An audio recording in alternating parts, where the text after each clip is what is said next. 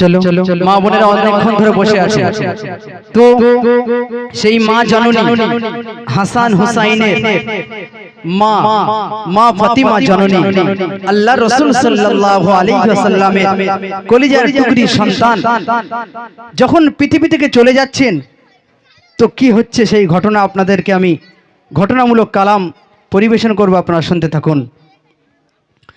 দেখুন, আমরা যখন ইন্তেকাল করি, মারা যায়, তো আমাদের গোসল দিতে হয়। গোসলের জন্য গ্রাম থেকে মেয়েদের গোসল দেওয়ার জন্য মা বোনেরা চলে আসে, যারা জানে। কিন্তু আল্লাহ রাসূল সাল্লাল্লাহু আলাইহি ওয়াসাল্লামের মেয়ে ফাতিমা যখন ইন্তেকাল করছে, গোসল যাওয়ার জন্য কাউকে আসতে হলো না, নিজে গোসলের জন্য অটোমেটিকলি রেডি হয়ে গেছে। তাই অতি সুন্দর কণ্ঠে, অতি সুন্দর ছন্দে এমডি মতিউর রহমানের সেই ভাইরাল গজল পরিবেশন করছে, আপনারা শুনতে থাকুন। ঠিক ঠিক, হ্যালো হ্যালো হ্যালো, ঠিক আছে ইনশাআল্লাহ। হ্যাঁ, শুধু নারায়ে তাকবীর দিলে আমরা আছি, কোনো অসুবিধা নেই। চলো চলো চলো চলো। নিজের গোসল নিজে করে, নিজের গোসল নিজে করে উঠল খাটিয়া, নিজের গোসল নিজে করে উঠল খাটিয়া। মা ফাতিমা ইন্তেকালে থাকে অপেক্ষা, মা ফাতিমা ইন্তেকালে থাকে অপেক্ষা। নিজের গোসল নিজের গোসল নিজে করে উঠল খাটিয়া, নিজের গোসল নিজে করে উঠল খাটিয়া। মা ফাতিমা ইন্তেকালে থাকে অপেক্ষায়, মা ফাতিমা ইন্তেকালে থাকে অপেক্ষায়। মোর নবীজির ইন্তেকালে মা ফাতিমা বলে, মোর নবীজির ইন্তেকালে মা ফাতিমা কাঁদে। কিন্তু না গো ও ফাতিমা দেখা হবে ছমাস পরে, কিন্তু না গো ও ফাতিমা দেখা হবে ছমাস পরে। দিলাম কথা দেব দেখা থাকবো অপেক্ষায়, দিলাম কথা দেব দেখা থাকবো অপেক্ষায়। মা ফাতিমা ইন্তেকালে থাকে অপেক্ষায়। জোরে হবে না নারে তাকবীর?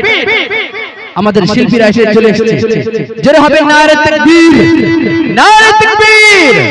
আল কোরআনের আলো, আল হাদিসের আলো, নারে তাকবীর।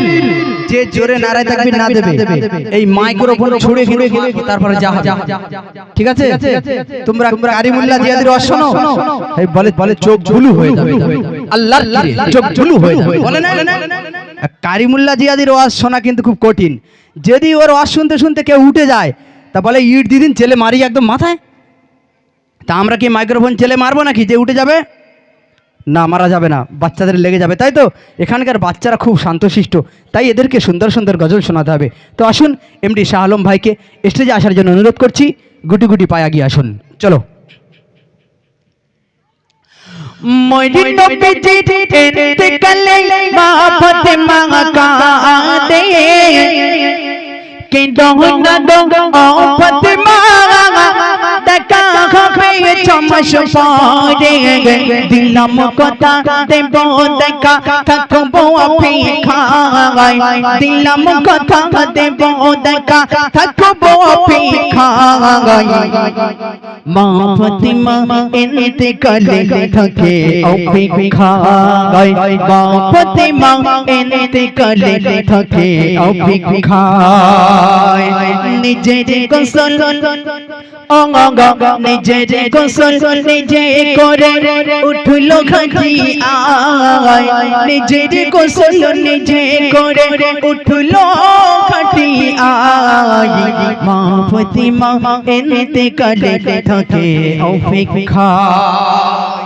6 মাস ধরে মা ফাতেমা দিন গুনছে যে আমার আব্বাজি তো বলে গিয়েছে, হে ফাতেমা তুমি কেঁদো না, আমার মৃত্যুর পরে 6 মাসের মধ্যে সর্বপ্রথম তোমার সাথে আমার দেখা হবে।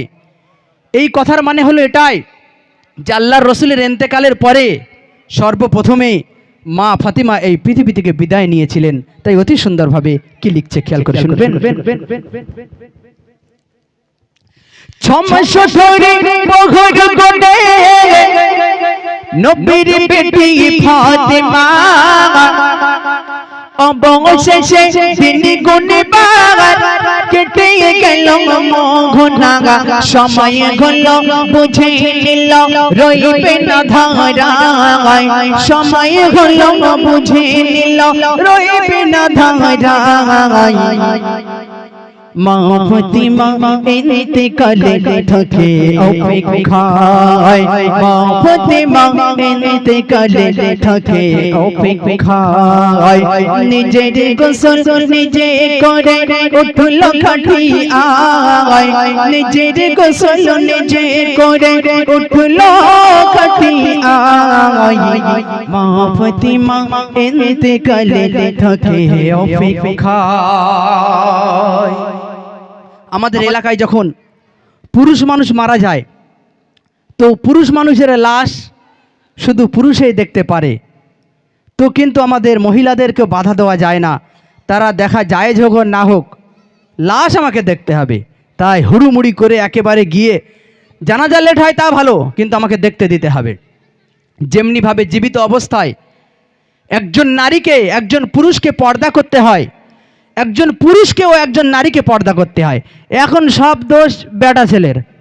বেটা ছেলে কেন মেয়েদের দিকে তাকিয়েছে? আরে মেয়েদেরকেও বলা হয়েছে বেটা ছেলের দিকে তাকিও না। আল্লাহ রসুল সাল্লাল্লাহু আলাইহি ওয়াসাল্লাম বসে আছেন সাহাবীদের নিয়ে, মা আয়েশা সিদ্দিকা রাদিয়াল্লাহু তাআলা আনহা ঘরেতে বসে আছেন। একজন সাহাবী এসেছে, সাহাবীটা অন্ধ, ভালো করে শুনুন। সাহাবী অন্ধ আল্লাহ রসুলের দরবারে এসেছে। তো আল্লাহ রসুল বলছে, মা আয়েশাকে বলছে, আমার বিবি তুমি ঘরের ভিতরে চলে যাও, পর্দা করো। তো মা আয়েশা সিদ্দিকা বলছে, ইয়া রাসূলুল্লাহ হাবিবাল্লাহ, সে তো অন্ধ, সে তো আমাকে দেখতে পাচ্ছে না, তাহলে আমি পর্দা করব কেন? তখন আল্লাহ রসুল সাল্লাল্লাহু আলাইহি ওয়াসাল্লাম বলছে, হে বিবি আয়েশা, সে অন্ধ হতে পারে, তুমি তো অন্ধ নাও, তুমি তো তাকে দেখতে পাচ্ছ, অতএব তুমি পর্দা করো। যাই হোক, যখন মা ফাতিমা পৃথিবী থেকে বিদায় নিচ্ছে, মরণের সময় হযরত আলী স্বামীকে বলছে, আমার স্বামী, আমি যখন মারা যাব আমার লাশটা বেশি কাউকে দেখাবে না, গোপনে গোপনে কবর দিয়ে দেবে। তো আসুন সেই কণ্ঠে। বিদায় কালে স্বামীর ডেকে বলে বেটি ফাতিমা, বিদায় কালে স্বামীর ডেকে বলে বেটি ফাতিমা, নিশিরাতে দাফন দেবে কেউ যেন গো দেখে না। বিদায় কালে স্বামীর ডেকে বলে বেটি ফাতিমা, বিদায় কালে স্বামীর ডেকে বলে বেটি ফাতিমা, নিশিরাতে দাফন দেবে কেউ যেন গো দেখে না, নিশিরাতে দাফন দেবে কেউ যেন গো দেখে না। দুই মানিকের দুইজন সন্তান ছিল, হাসান আর হুসাইন, তাই বলছে। চলো চলো চলো। তুই মানিকের যত্ন করে রেখো দুনিয়ায়, তুই মানিকের যত্ন করে রেখো দুনিয়ায়, মা ফাতিমা ইন্তেকালে থাকে অপেক্ষায়, মা ফাতিমা ইন্তেকালে থাকে অপেক্ষায়। হাসান হুসেন কাঁদছে, মা যখন বিদায় নিচ্ছে তা হাসান হুসেন কাঁদছে। হাসান হোসেন কেঁদে বলে দেবে মোদের কে চুমা,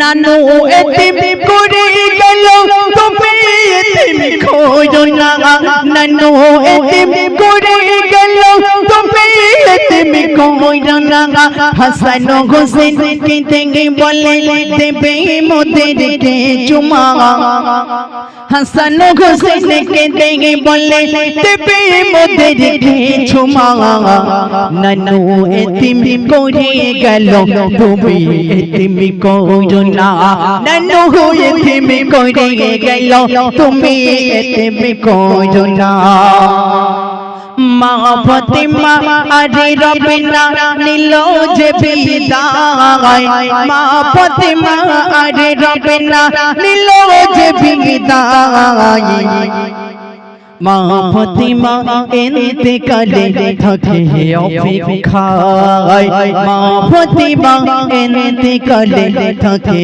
অপেক্ষায় একেবারে শেষ সন্দেশ কি বলছে খেয়াল করে শুনবেন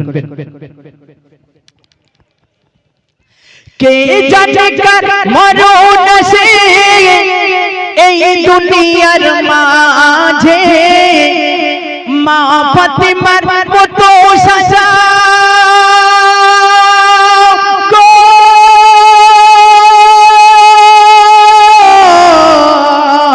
মা ফাতিমার মতো সাজা জীবন প্রতি কাজে মা ফাতিমার মতো সাজা জীবন প্রতি কাজে কবি আব্দুল মান্নান রেখো ঈমান মরণের সময় শিল্পী এমডি আব্দুল রাজ্জাক রেখো ঈমান মরণের সময়